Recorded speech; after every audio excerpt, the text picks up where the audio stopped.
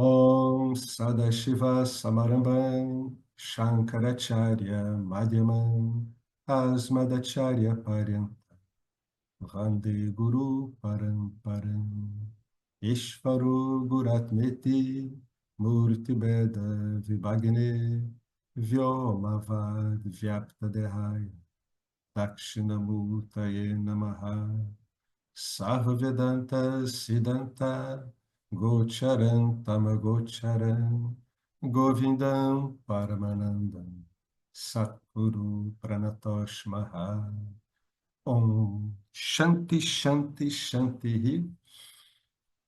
Então, mais um encontro sobre os comentários de Swami Paramarthananda, uma autêntica enciclopédia de Vedanta, de Veda, aliás, né? Então, vamos aproveitar para Martananda dar dicas sobre tudo, né? Sobre todas as possibilidades, a clareza dos ensinamentos dele. Então, vamos lá, onde estávamos? A gente estava numa expressão e nós estávamos explorando o fato, né, uma analogia muito bonita do Veda, de que os órgãos sensoriais, né, a mente trabalhando sensorialmente, ela é considerada uma luz. Por quê? Porque ela ilumina. O que que é iluminar? Iluminar aqui é o tipo de fogo mais maravilhoso que existe. É a consciência, é aquela por causa do qual você se torna ciente de algo. A gente toma isso como dado porque a gente se habitua, mas não é uma coisa tão óbvia assim. Como é que você pode estar ciente das coisas, né? Então, ele usa essa analogia porque ele vai explicar isso de um modo sacrificial. A gente viu no último encontro que a gente pode olhar os nossos sentidos em operação como um ritual, né? Onde cada sentido ele ilumina o quê? Ele ilumina um tipo de objeto. Então, a visão ela vai iluminar as formas e as cores. O odor, quer dizer, o olfato, os odores. O paladar, os sabores, né? O tato, as texturas. A audição, os sons. Então, dá para pensar nisso. Que tipo de uso a gente quer fazer dos nossos sentidos, né? O que que o Swami está convidando a gente a fazer aqui é usar os nossos sentidos de modo reverencial, na medida do possível, como se você estivesse oferecendo o que você ouve, o que você come, o que você vê, tudo para quem? Para Deus, né? Você está iluminando esses objetos com os quais você está tendo contato e nisso você está oferecendo, né, essa impressão sensorial para quem? Para o Deva, o Mahadeva, né? Deus. Então, é uma analogia muito bonita, é um modo muito diferente de a gente olhar os nossos sentidos, né? Os sentidos têm essa capacidade de iluminar, tornar você ciente de algo, né? Que no nosso caso são cinco. A gente trabalha com cinco. Mas aqui tem essa pequena variação na escritura, que devido ao fato de alguns órgãos físicos, né, eles terem duas entradas, a gente acaba contando sete ao invés de cinco. Aqui, particularmente, o olho e os ouvidos, né? Então, feito isso, eu vou até ler o penúltimo parágrafo, que tem a ver com o que a gente começou falando aqui. Sapta Samidhaha. Sapta é sete. Samidhaha significa oblações. Oblações, nesse caso aqui, são os oferecimentos, que é o que a gente comentou. São os objetos com os quais você entra em contato, né? E isso é oferecido, porque no fundo, querendo ou não, você está oferecendo, né? Você está tornando ciente aquilo. Então, esse é o seu registro, né? Samidaha significa oblações, que estão na forma de variedades de objetos dos sentidos, os quais continuamos a oferecer aos órgãos dos sentidos. Cada série de TV é o quê? É uma oblação. Por isso, muito diligentemente, vemos episódio após episódio, né? Como é que é aquilo ali? História de vampiros, tinham milhares de episódios, episódios 517, séries coreanas, centenas de episódios.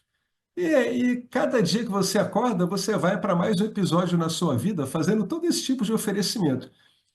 O que é interessante é que a gente sempre faz geralmente a mesma coisa, mas a gente pode fazer de um modo diferente.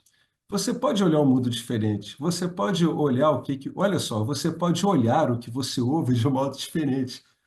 Pode olhar, né, o que você come. Tudo isso aí dizendo que você pode compreender isso de um modo diferente.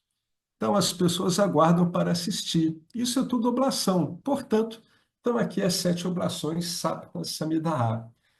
Agora, ele vai entrar com outros 7 aqui, ó. Sapta Tirshara, os 7 planos que estão na forma de poder de conhecimento. Estão presentes os 7 planos que estão na forma de poder de conhecimento, estão presentes em cada órgão dos sentidos. O que ele quer dizer com isso? Olha só. E por causa disso, falou daquilo ali, né? O Homaha, Sapta Homaha, os 7 tipos de rituais estão a acontecer. Então vamos lá. De acordo com o Veda, toda a nossa visão não é nada mais do que apenas uma série de rituais. É o que a gente falou um pouco antes. Seria ritualizar a sua vida ordinária. Quem falava muito isso era um sábio que, embora ele não tivesse, né, origem, instrução de Vedanta, o que ele falava era Vedanta puro, que era o Sri Ramakrishna.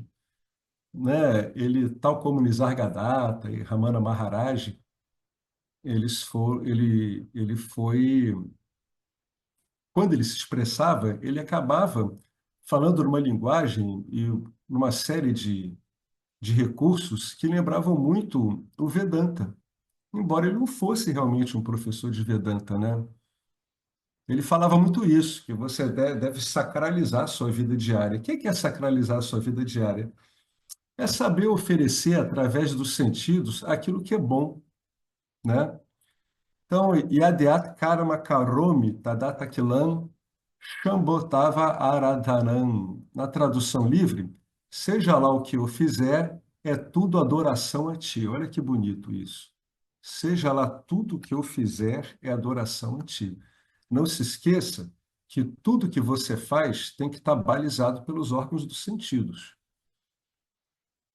E estes órgãos dos sentidos estão no Golakan, que é esse receptáculo físico. Eles precisam usar isso no estado de vigília, né? Mas, quando vamos para o estado de sono profundo, esses indrias, os órgãos dos sentidos, os verdadeiros órgãos que estão na mente, que são sutis, retiram-se desses golakans. Golakan é apenas um escritório, é um locus físico para os órgãos dos sentidos durante esse Jagrata Avastha, que é o estado de vigília. Mas, nesse estado de sono profundo, Sushupti, o que ocorre? Esses órgãos dos sentidos são retirados através das nadis, que são canais energéticos, e voltam para a casa deles. Qual é essa casa? Né? Isso é interessante para a pessoa refletir depois que ela acorda e ela vê claramente que ela sonhou profundamente, ou seja, ela não teve registro, né? Não teve registro de objeto nenhum. Para onde foram eles? Né? Para onde foi toda essa atividade? Né? Para onde foi tudo isso? Que é tão agitado, não para de processar a entrada sensorial, né? Qual é essa casa, como ele chamou aqui? Para a mente, o cérebro é o escritório, né? O escritório da mente é o Golakan, é o cérebro, né? Que, para a nossa ciência, é onde surge a mente, a consciência. Mas o Vedanta bota tudo em ordem. Diz, não, o cérebro é meramente o instrumento físico para você lidar com o estado de vigília. A mente é o indriyan, né? É o órgão do sentido aqui. Durante o estado de vigília, a mente opera em todo o corpo, onde há vários escritórios, incluindo o cérebro. Mas uma vez que o estado de sono chega, os indriams, assim como a mente, retiram-se todos. Eles vão para a sua residência. Qual é a sua morada? Gurhashaya. Gurha significa aqui Hridayan, que a gente já viu anteriormente, que é coração. Coração é cerne, âmago. É a melhor tradução que tem nesse contexto, né? Para a mente, a residência é o coração, tá? O escritório é o cérebro. É por isso que, durante o estado de sono, se você tocar numa pessoa, ela não sente. Muito embora os ouvidos estejam lá, o que falamos não é ouvido, porque os seus órgãos dos sentidos estão recolhidos. A mente está em stand-by, né? Não vai passar nenhum filminho na televisão. Não vai ter fogo no parquinho. Não vai ter fogo no parquinho. O parquinho vai estar quietíssimo. Você não vai nem saber do parquinho, né? Não vai saber de nada. Algumas pessoas dormem de olhos abertos, é assustador, né? Então, essa coisa aqui do de se falar Hridayan, coração, na sabedoria antiga, o que que o Veda compreende, mas não só o Veda, é que a residência da mente é o coração mesmo. E isso é uma coisa muito interessante. Por exemplo, se você responder gestualmente para mim algo que eu falo para você, onde você está envolvido, você vai botar a mão no peito. Eu estou bem, ou você vai fazer assim, eu estou bem. Ninguém faz isso em lugar nenhum do planeta. Você vai para um grupo, né, que estão na savana ali, catando animais, vegetais, quando eles forem se referir a eles, eles vão botar a mão no peito, não é na cabeça, né? Na cabeça, mesmo a nossa cultura, ela coloca o dedo na cabeça quando ela diz que está usando a mente, mas não para se referir ao centro de si mesmo. Isso é uma coisa interessante, né? A pessoa bota a mão no peito. Eu. Ninguém faz assim, eu. Não, não é assim. Não tem esse linguajar manual, né, de gestos na humanidade. Por isso que se fala tanto no coração. Coração é o centro. É o centro o quê? De você. Mas isso não tem nada a ver com aquelas histórias, né? Como é que eu faço para meditar no coração? Aí as pessoas inventam um local no corpo físico e ficam com a atenção ali. Não, não é isso. Isso está tendo um engano aí nessa compreensão, né? Meditar no coração é você ficar como que você é, sem se envolver com nenhum pensamento. Isso que é basicamente meditar no coração, né? Então, o Swami estava falando aqui das pessoas que dormem de olhos abertos. Tinha um amigo meu que dormia assim, era estranhíssimo. Ele dormia de olho arregalado, você passava a mão na frente dele e nada se mexia, né? É meio assustador mesmo, parece que a pessoa está morta, mas está de olho aberto. É assustador. Não ocorre percepção nenhuma, porque os órgãos dos sentidos foram-se embora, desocuparam o escritório. Portanto, a Upanishad diz isso. Pranahago Rushaya, os órgãos dos sentidos, tendo esse coração, esse Hridayan como residência. Ashayara significa residência. Guha quer dizer o coração, Hridayan. Então, Hridaya Guha. Vamos ver o que é que ele fala mais aqui.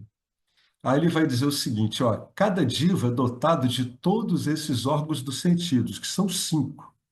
Lembre-se, quando uma pessoa é cega, surda, etc., os órgãos dos sentidos não estão ausentes, né? Não estão ausentes. Eles estão lá, eles só não estão tendo um modo de expressão físico.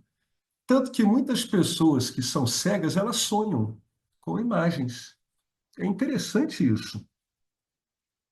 O diva terá os órgãos dos sentidos todo o tempo, mas a função de determinado órgão dos sentidos está obstruída por causa de algum karma. Os órgãos dos sentidos nunca são destruídos, apenas as suas funções se encontram obstruídas devido a certos karmas. A obstrução pode ser temporária ou pode ser por todo um determinado jama, determinado nascimento, né? Mas mesmo que os órgãos dos sentidos não funcionem, né, nessa vida, né, nesse nascimento, no próximo nascimento, quando o parábdha mudar, quando você agora estiver usando um outro tipo de estoque, né, vai puxar ali do corpo causal. Então, com outro parábio da karma, os órgãos dos sentidos poderão estar funcionando. Cada diva tem todos os órgãos dos sentidos, somente o seu funcionamento será bloqueado ou liberado conforme as circunstâncias. Assim, Nihitaha, Bhagawan provê a todos, né? Ele provê tudo isso, está tudo disponível para as pessoas. Alguém quer comentar alguma coisa sobre isso?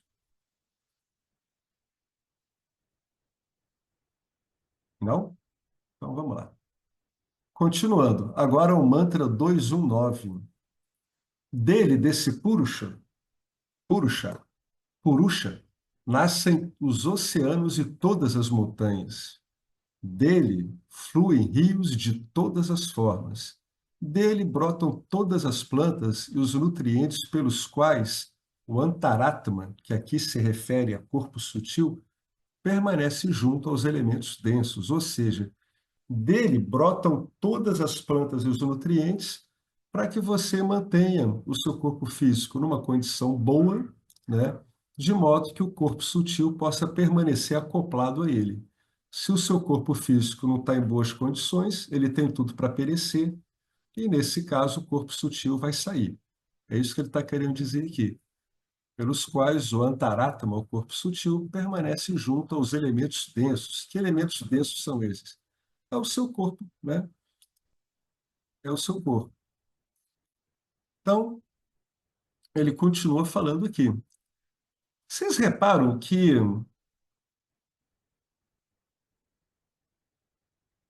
o que Swami Paramartananda está falando aqui é uma visão religiosa de Deus, né? É um Deus criador. Eu sempre prefiro trazer isso à tona, porque está na raiz da pergunta que foi levada a ele, né? Ele usou esse recurso, aquilo que é criado e o Criador. Então ele está enfatizando tudo isso. O que que ele quer? O que que ele está sugerindo? É que sempre a gente olhe o mundo manifesto como um produto. Por quê? Porque olhando o mundo manifesto como um produto, mundo manifesto eu falo inclusive o seu sonho. Se no seu sonho você tiver a lucidez suficiente naquela situação para ver aquele sonho da mesma forma, né, você vai ver ele como um produto, né? Nesse caso, um produto seu, mas a sua mente já é produto desse Purusha também, né? De Brahman também. Já é um produto. Ou, melhor falando, de Karaneshwara, né? De Ishvara visto como a causa de tudo. Então, o que que ele quer, por tabela, é fazer com que o seu olhar, né, sempre esteja se ocupando a sua mente com a causa. Claro que você não pode ver a causa, você não pode dar contorno e forma à causa, mas a sua mente sempre vai ser deslocada para lá. E do jeito dela, que eu nunca vi ninguém conseguir explicar isso direito, porque isso não é intermediado por pensamento nenhum, como acontece quando a gente vê um objeto. Quando você vê o objeto, o que que você está vendo? É um pensamento que está representando aquele objeto. Nesse caso, a mente não consegue representar, mas por um funcionamento que ninguém consegue saber, ela vai ficando lá. É estranho isso. A única explicação que eu consigo dar sobre isso é porque a nossa natureza é a mesma de Ishvara, né? De algum modo ela vai ficando. O que que o Swami está sugerindo aqui? Que você sempre use o mundo, né, manifestado como uma tabela para você ficar ali na causa daquele mundo manifestado.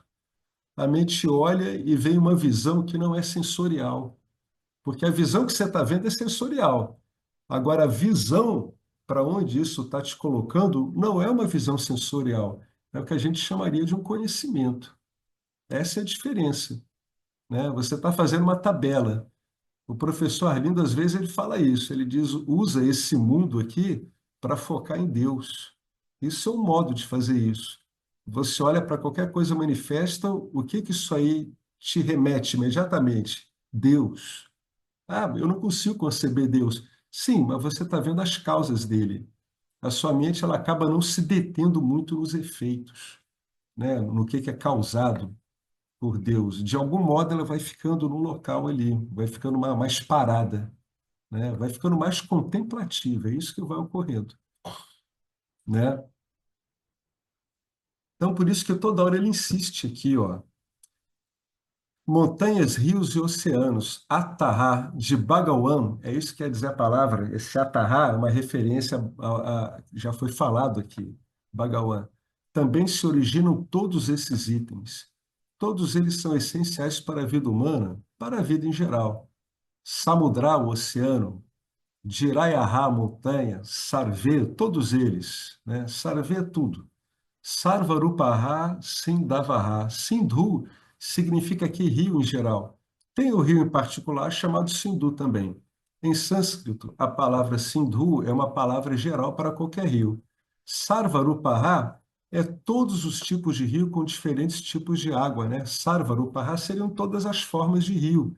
Sarvarupaha Sindavaha. Então, seriam todas as formas de rio, todos os tipos de rio com diferentes tipos de água também.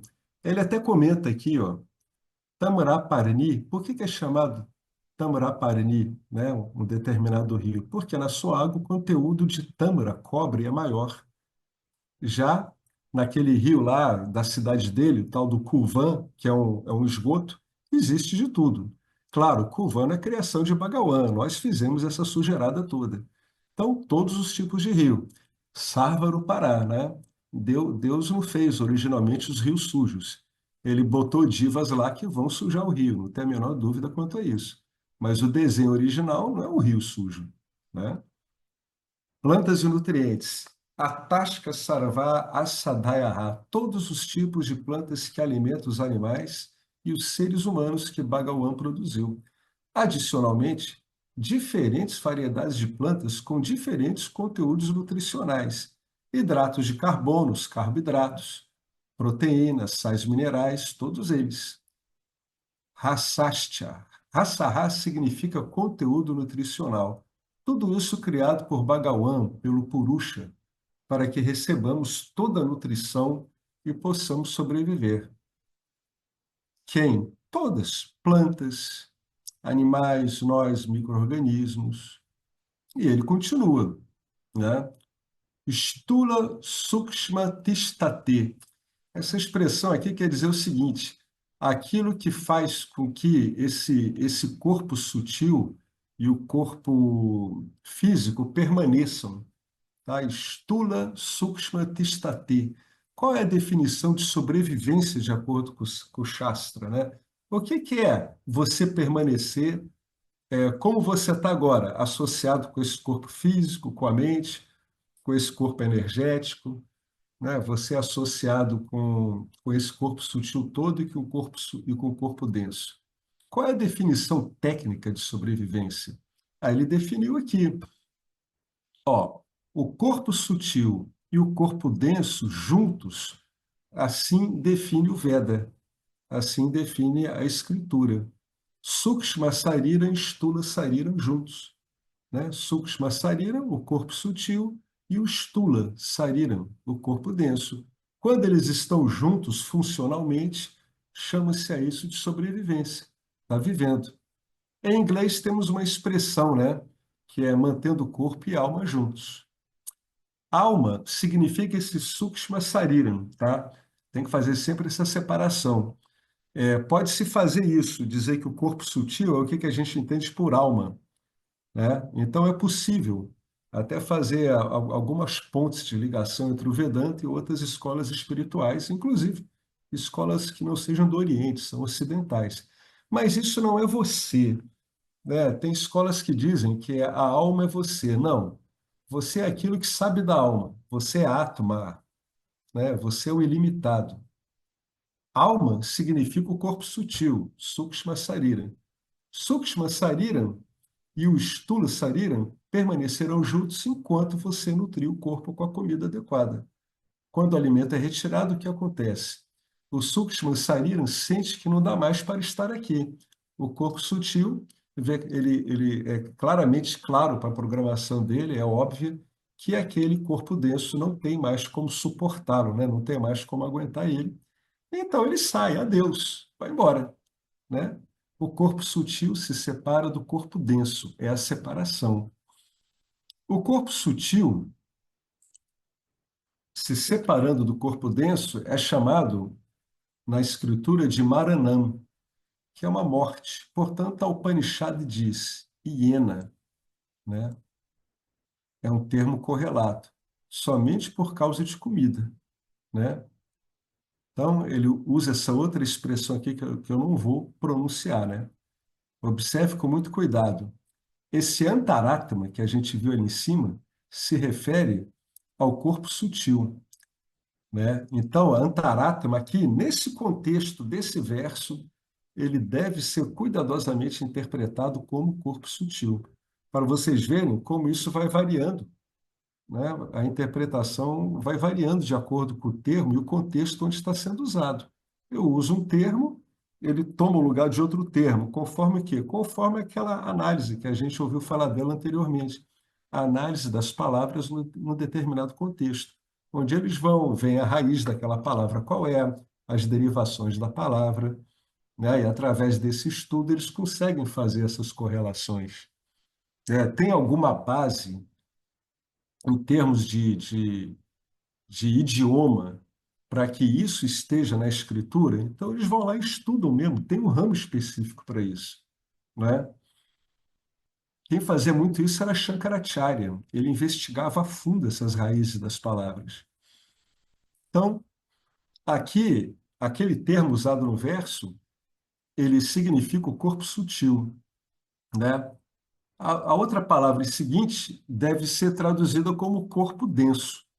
Ambos são tistate. Essa palavra aqui quer dizer que permanecem, estão juntos, contanto que você dê comida para eles. Assim tudo, até o alimento, Bhagavan cria, né?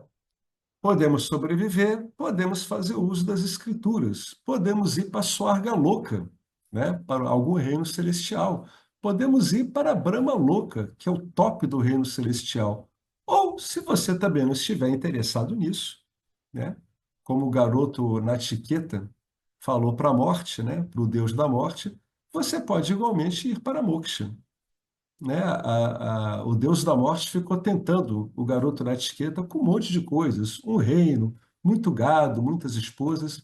Aí o menino de 9 anos disse assim: Olha, tudo isso é muito bom para você, senhor Deus, então pode ficar com essas coisas para você, Deus da morte. O que eu estou interessado é na libertação, né? Por isso que ele era um personagem favorito de vários sábios, né, que estudam os Upanishads. Um menino muito novinho, uma criança ainda extremamente determinado. Então, se você não estiver interessado nesse monte de coisa, né, se você não estiver interessado em coisas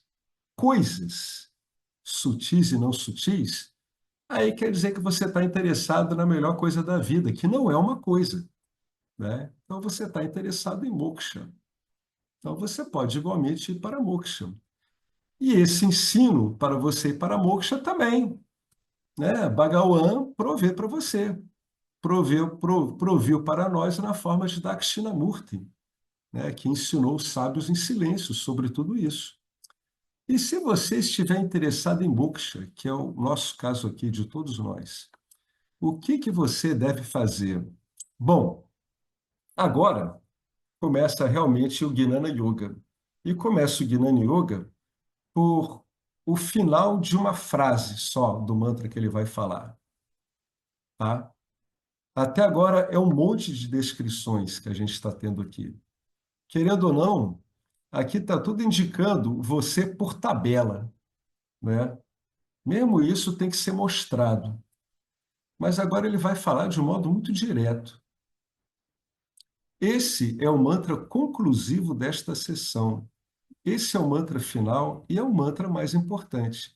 Aqui a Upanishad faz o movimento de inflexão, né? Ela sai do domínio que era muito restrito à primeira parte do Veda, e agora ela vai para o que nos interessa especificamente. O que que diz esse mantra? Olha que interessante. É o mantra número 10. Então, olha, agora ele começa com um resumão.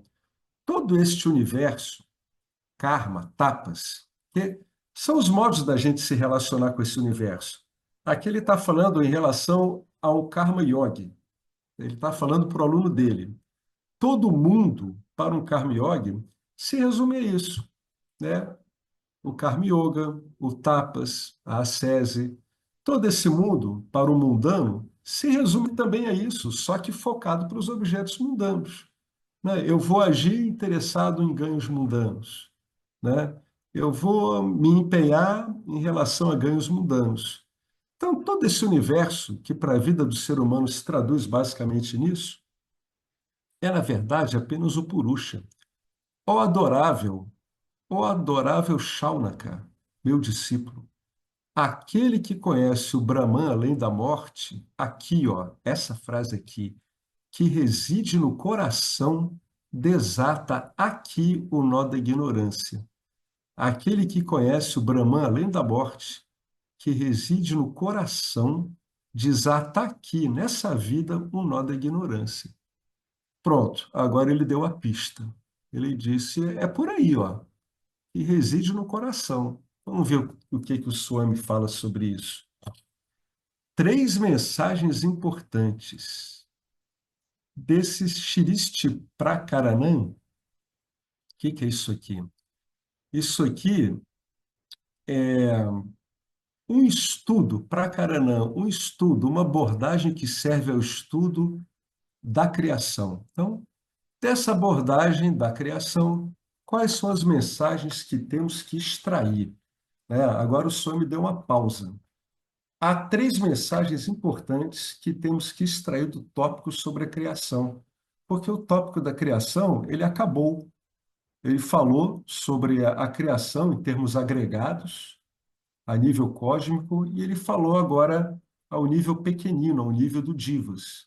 Os divas animais, os divas humanos, os divas pássaros, os divas deuses, né, nas suas várias gradações. Essas três mensagens são mencionadas nesse mantra mais importante. Esse é um Sutra Bhuta Mantra, que é um mantra que está condensando tudo. Qual é a primeira mensagem?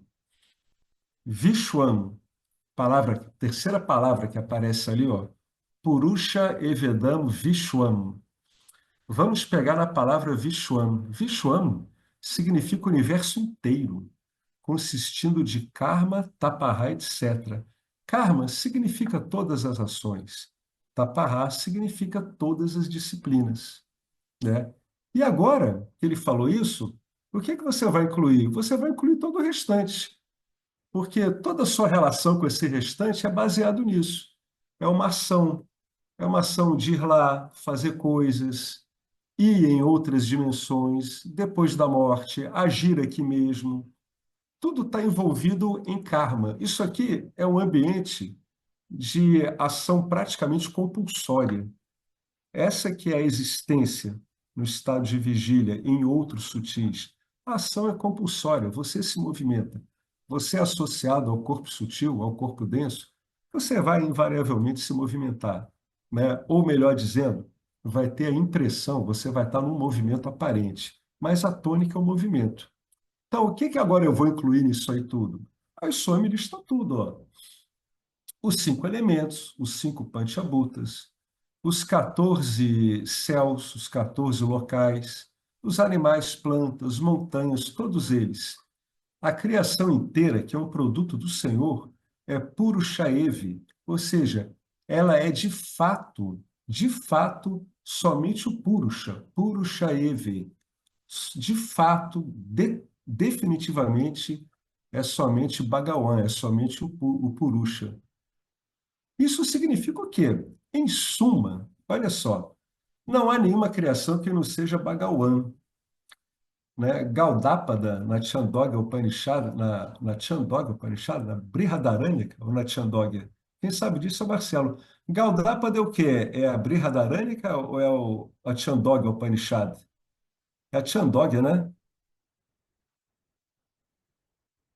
Gaudá é a Karika, né? Hã? Carica, Karika, né? do Mandúquia. Isso, a Karika do Mandukya. É por isso que, no final das contas, é, é, o Galdapa dá ponta, em última instância, que não há nada. Só tem. Deus, só tem Brahman. Por quê? Porque tudo é feito disso. Mesmo você olhando, levando em conta a possibilidade, né? Levando em conta o efeito. Não, eu estou levando em conta o efeito. Mesmo assim, tudo é esse Purusha, tudo é Brahman, tudo é Ishvara. Então, não há nenhuma criação que não seja Bhagawan. Você está olhando o tempo todo para Bhagawan aparecendo assim. Depois de falar sobre vários ornamentos, qual é o resultado falando? Olha só, seriamente falando, de um modo conclusivo, não existem, na verdade, em si, tais coisas chamadas ornamentos. Os ornamentos são apenas palavras que usamos. Eles vão estar relacionados a nome, a formas, namarupa. Sempre que você fala de um nome, uma palavra, você está associando com uma forma sutil, algo que você possa reconhecer, uma forma física, né? Os assim chamados ornamentos não são nada além do que ouro e apenas ouro, né? A criação é apenas uma palavra, como tantas outras. Para além da palavra, não existe tal coisa chamada criação.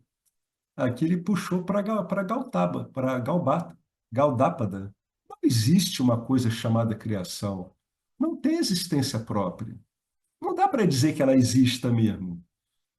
Por conseguinte, a criação, ela é isso aí, ó. Ela é variada, né? Ela é aneca, ela não tem essência, ela é asara, ela é anítya, ela não é permanente, ela é perecível. E a satyam, ela não tem verdade em si, ela não tem existência em si, né? Ela não tem isso é muito junto você usar a palavra verdade e existência, né, no Veda. Muito comum isso.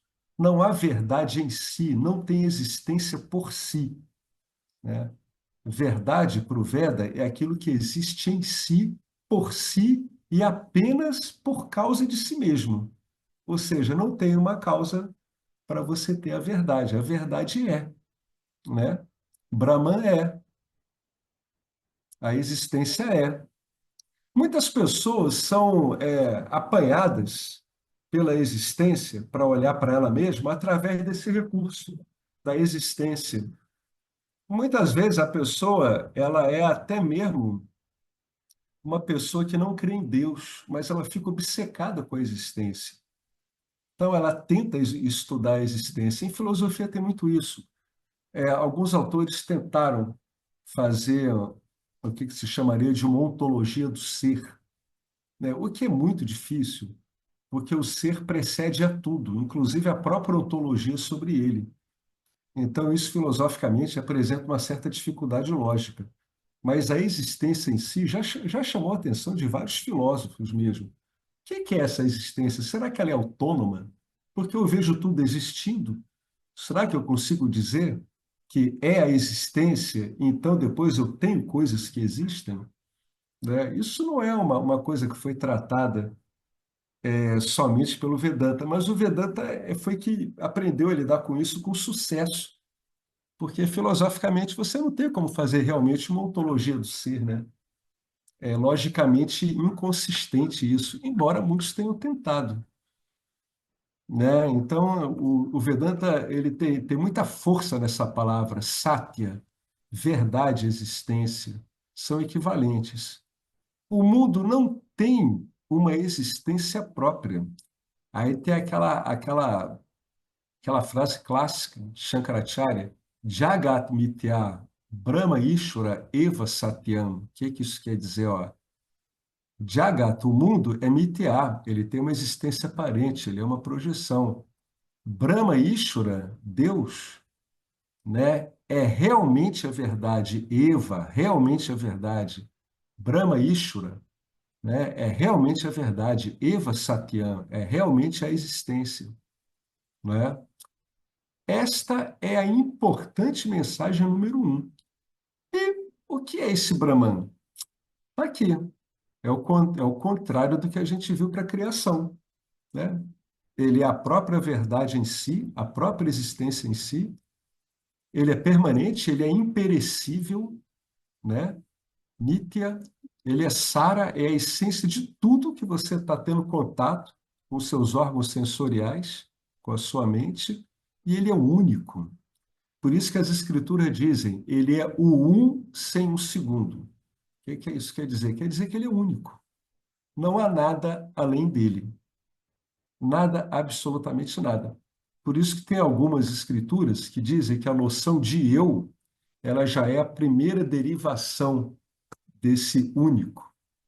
Porque eu só consigo me estabelecer como eu se eu tenho algo relativo à minha volta. Eu estou aqui, ele, eu. Essa noção de eu, muitas escrituras, alguns Upanishads colocam como a primeira divisão, eu, né? Em última instância, não há um eu também, né? Não há um eu. Há apenas esse uno, que é indefinível, que, aliás, é o que você é, né? É o que você é. Você não consegue delimitar você mesmo. É o que você é, que é o que todos são. Então não tem eu, não tem ele, não tem eu, não tem Marineia. Em última instância, não tem eu, não tem Mauro, não tem Noé, não tem nada disso. O que a gente está lidando aqui são camadas de sobreposições que são interpretadas pelos nossos sentidos. Se você for entrar no âmago dessas camadas, você simplesmente vai ter algo indiferenciado.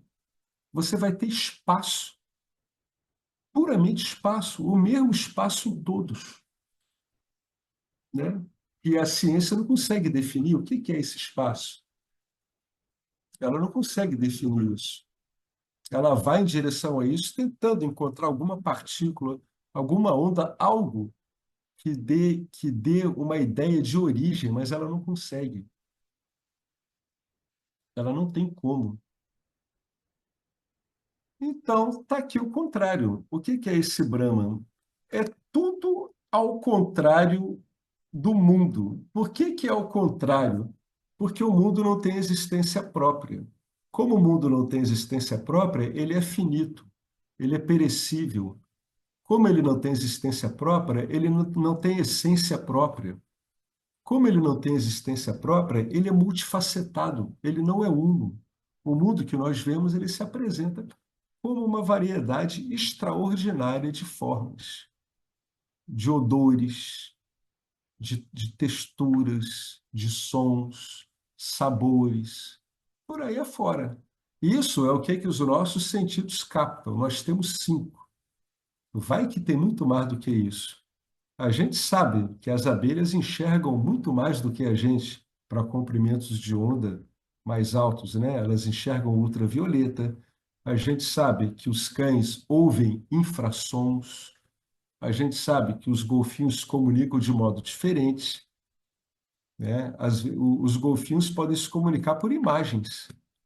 A gente só faria isso através de telepatia, né? O que é corriqueiro numa espécie e nós teria que ser obtido com treino. A gente sabe que as águias, abutres, etc., têm um sistema de visão dupla que vê simultaneamente a coisa muito próxima e muito longe, né? Que combinações sensoriais impressionantes são essas, né? Nós temos só cinco. Então, e já esses cinco já dão para a gente, né, a noção de que tem uma miríade, tem uma coisa infindável em termos de nomes e formas. Infindável, né? Então, a gente viu aqui a primeira mensagem que foi extraída aqui pelo Swami Paramartananda, né? A primeira mensagem é isso, que o mundo não tem uma existência própria. Essa é a importante mensagem número um. O mundo não tem existência própria, né? O Vedanta chama isso meramente de uma sobreposição, e a única verdade é Brahma Ishvara, né? Ishvara é Brahma operando Maya, né? E Brahma operando o corpo sutil é o Jiva. Então aqui ele está se referindo ao ser único mesmo, Brahma Ishvara, né? Qual é a segunda mensagem? Por conhecer a causa, o Karanam, você conhece tudo, né? Ele colocou uma frase aqui que pode ser traduzida livremente assim, ó. O conhecimento do único. Olha como é que ele está amarrando a pergunta do discípulo. Por que que ele faz isso? Porque ele está trabalhando o Shaunaka de um modo muito sutil. Ele não quer que o Shaunaka tenha dúvidas. Ó, o conhecimento desse único, que é o Eka, equivale ao conhecimento da causa única. Esse único aqui é que é a causa que o Shaunaka está querendo. Vocês lembram da pergunta que ele fez? A gente vai falar dela. O conhecimento do único é igual ao conhecimento da causa que é única. E isso torna conhecido todo o efeito. Por quê? Porque o efeito é meramente a causa, né? É a causa aparecendo como nome e forma. Por que isso? Porque esse efeito todo, Karyan, não é nada além da causa somente. E essa foi a pergunta do estudante, lembra? Isso está lá no mantra número 3, ó. Shaunaka, um grande Karma Yogi, assim começa o Upanishad, tendo se aproximado adequadamente de Angiras, o professor, perguntou: Senhor, o que é aquilo que, sendo conhecido, tudo isto se torna conhecido? Essa é que foi a pergunta, né? Então, Angiras, ele está conduzindo Shaunaka, ele está corrigindo Shaunaka, ele está aperfeiçoando a compreensão dos termos de Shaunaka. Esse aquilo não é uma divindade do panteão hinduísta. Ele é a base de todas elas. E por quê? Porque ele é único. Ele é um aquilo que não tem o isto, não tem o esse, é aquele único. Sendo conhecido, todo demais se torna conhecido. Esse todo demais que ele está explicando aqui para o Shaunaka é um efeito somente. Ele está querendo dizer aqui, Senhor, o que é esse único sem o segundo, que sendo conhecido, torna todo o efeito dele conhecido como ele mesmo? Shaunaka está corrigindo, né? Tá inserindo na pergunta, quer dizer, Anguiras, que é o professor, está inserindo na pergunta de Shaunaka esse conhecimento todo, ele está amarrando a compreensão dele. Não é um mero aquilo, é um único. Qual é o impacto de eu dizer que é um único? É que você, o perguntador, está incluído nisso também. Não é tudo aquilo, né? Não é tudo demais, é você também. Você, com essa pergunta, está falando da sua essência. É um tipo de conhecimento diferente. E ele também corrigiu a visão de Shaunaka do aluno. Né? Anguirás disse assim: olha, vamos começar falando de dois tipos de conhecimento. Um que é meramente sensorial, baseado na sensorialidade, e outro que é um conhecimento puro, ele não decorre do mundo experiencial. Ele foi balizando essa pergunta, né?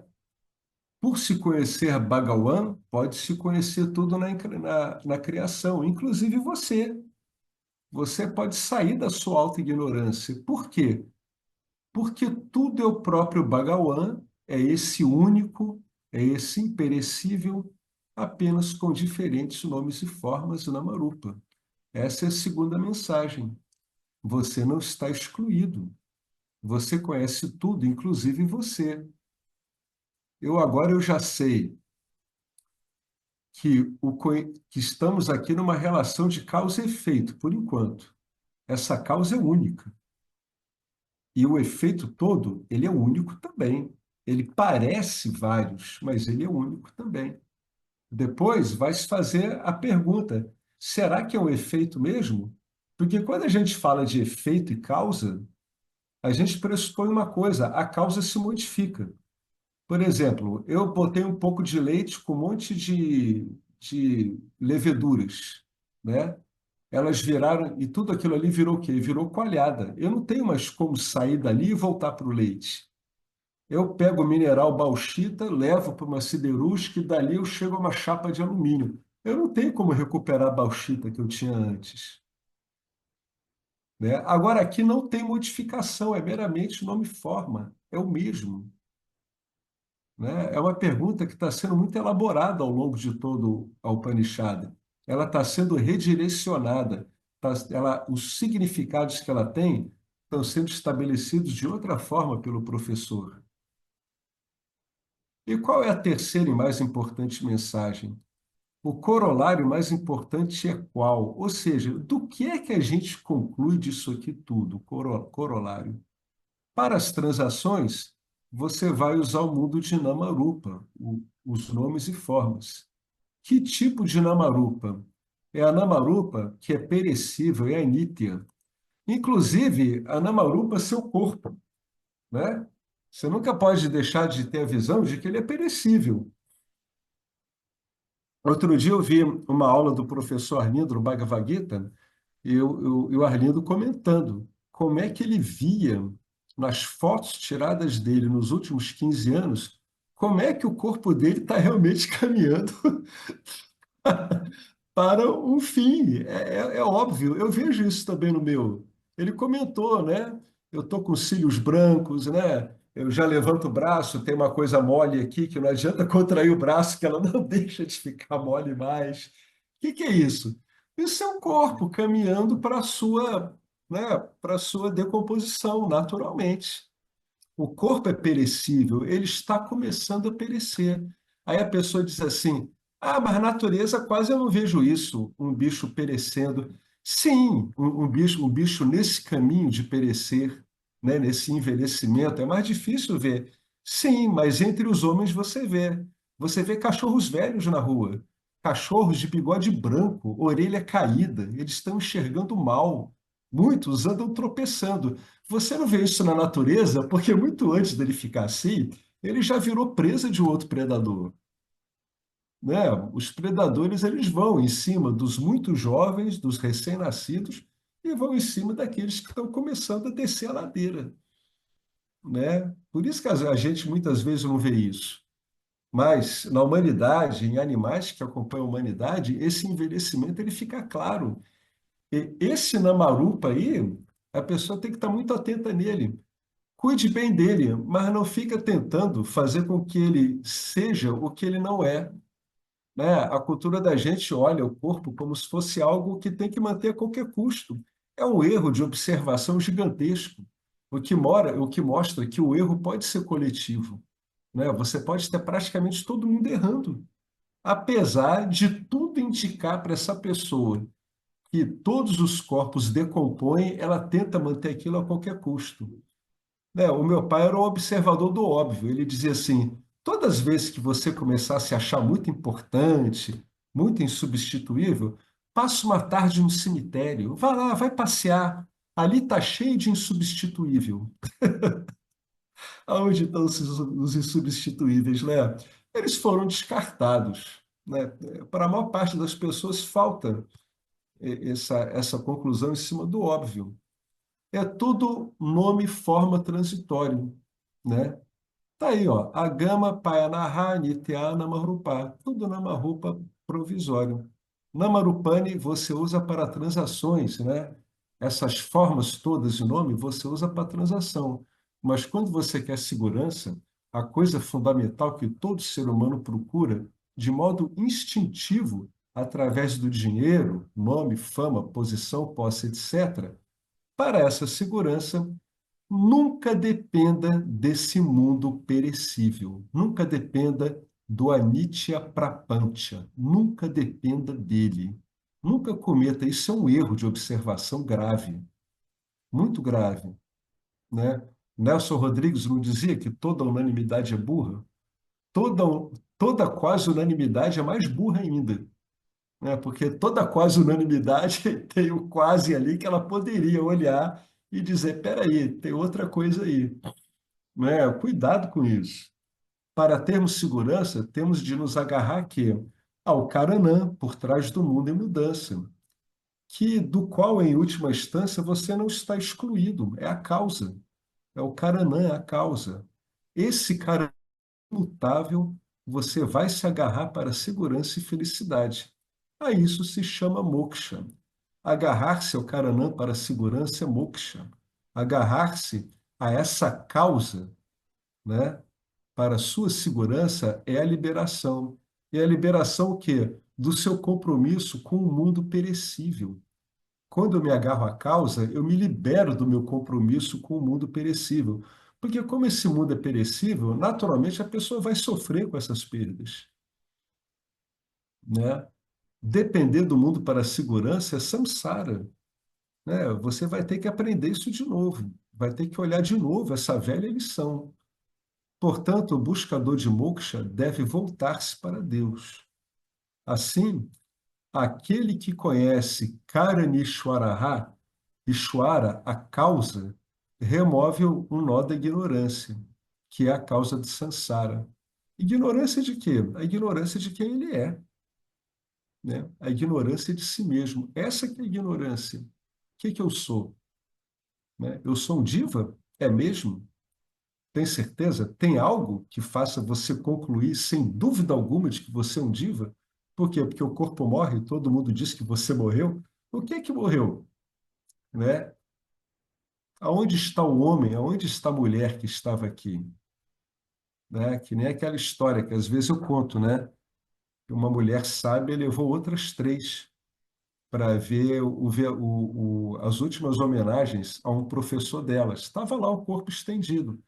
Elas estavam muito tristes e a mulher olhou para as amigas e disse assim: gente, presta atenção, eu tenho aqui um corpo, aonde está o homem? O que que aconteceu aí? Não é o mesmo. Ninguém vai me dizer que é o mesmo fenômeno. Antes você tinha um corpo vivo, agora tem um corpo morto. Não é o mesmo fenômeno. Senão não seria um corpo vivo que virou um corpo morto. Né? Essas observações é que vão escapando da gente, né? Essas constatações do óbvio, como é que o meu pai me falou, né? Você se acha insubstituível? Vai lá ver como é que tem insubstituível no cemitério. Tá cheio deles.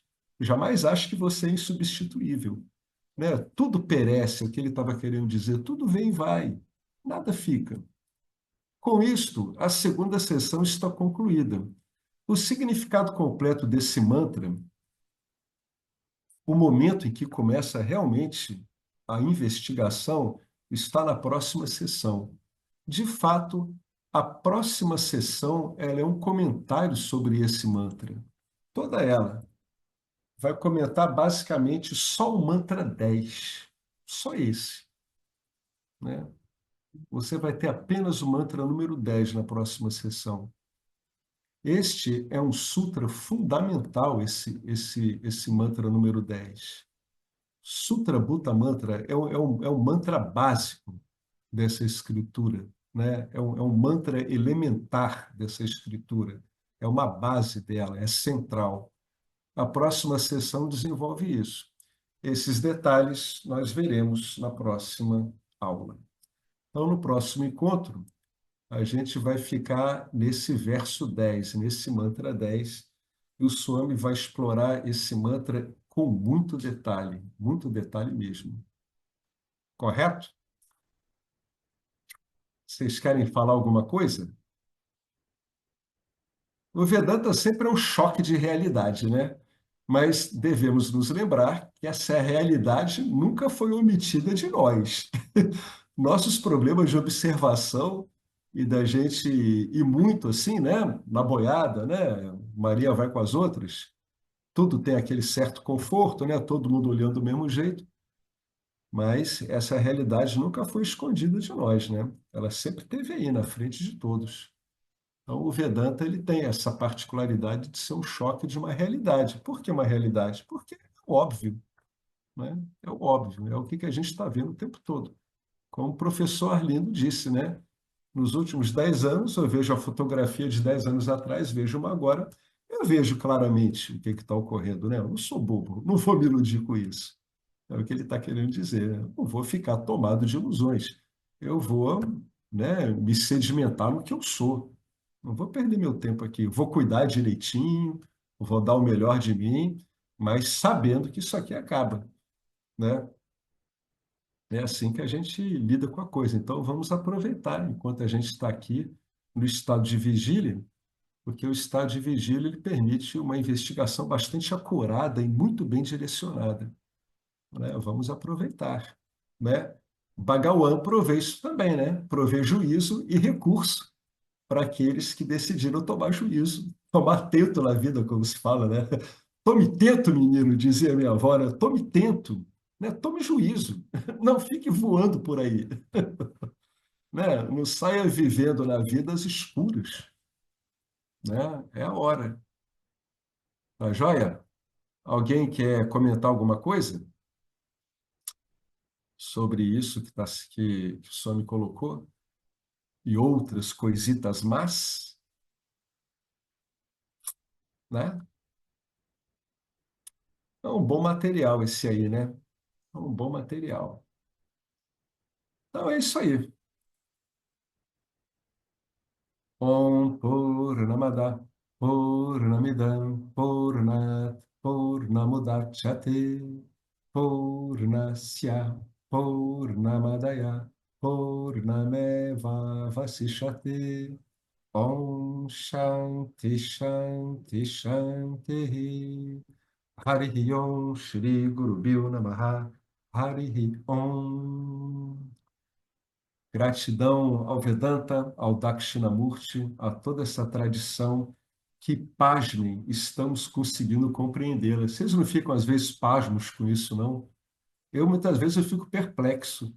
Como é que eu posso ter condição de entender isso? Aí eu vejo a falha da palavra eu. Não é eu, isso é um programa que foi acionado. É uma hora que Ishvara aciona os programas. Ó, aciona lá no cara ali, aciona nela, dá uma clicada aí, vamos ver como é que aquele suposto diva vai agora, né? Não somos nós, né? Isso é um programa de reconhecimento que foi acionado aí. Essa tecnologia digital ajuda a gente a compreender isso, né? Se a gente faz tudo com clique, imagina como é que Ishvara faz isso, né? É totalmente inimaginável, né? Mas a gente sabe que é uma coisa, é uma analogiazinha razoável, né? A tecnologia digital. Nossa, uma analogiazinha bem razoável, né? Muito longe do original, mas já serve para compreender muita coisa. Beleza? Então é isso aí, gente. Sempre muito bom estar com vocês todos e todas também. Até a próxima. Então, semana que vem tem Natal, né? É isso? Então, Feliz Natal para vocês. E na quinta-feira a gente continua, né? Que é o dia de Natal, é isso? É um dia depois, né? Ah, tá certo. Beleza, então a gente se vê depois do Natal. Quando estiverem no Natal, se lembrem de Jesus. Vós e o Pai sois um.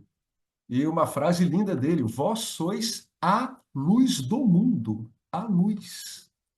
A luz. Vocês não são luzes do mundo, não tem eus. Vós sois a luz do mundo. Né? Duas frases belíssimas dele. Tá joia? Então, tchau, Inter.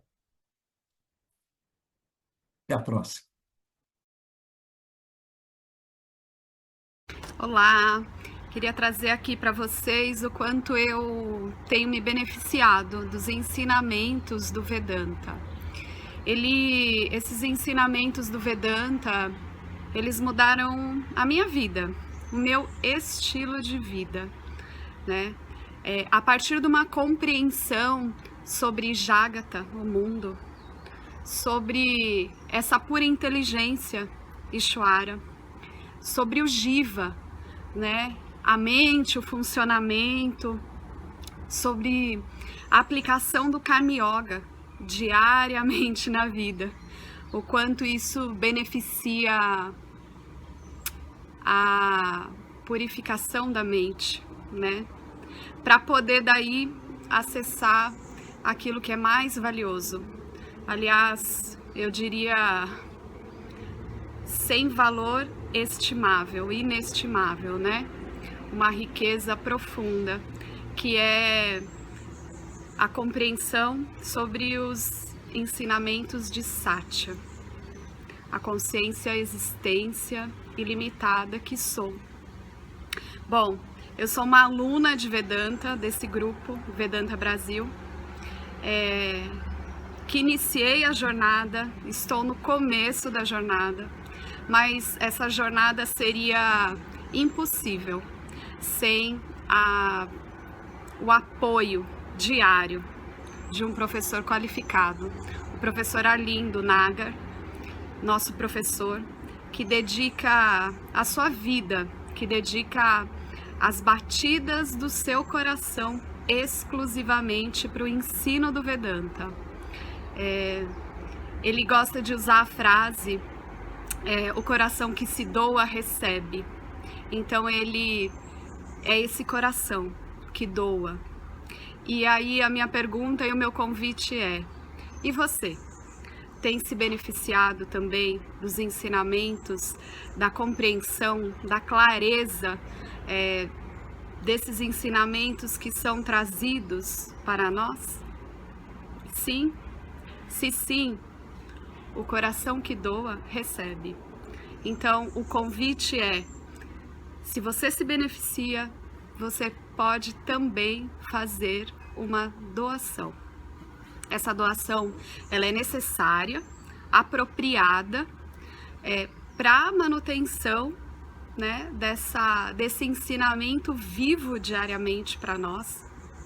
E é um convite para que a gente possa nutrir esse grupo com o dar e o receber. E se você se beneficia, tenho certeza, qualquer valor mensal é suficiente. É o valor que o seu coração sentir, mas é um valor apropriado.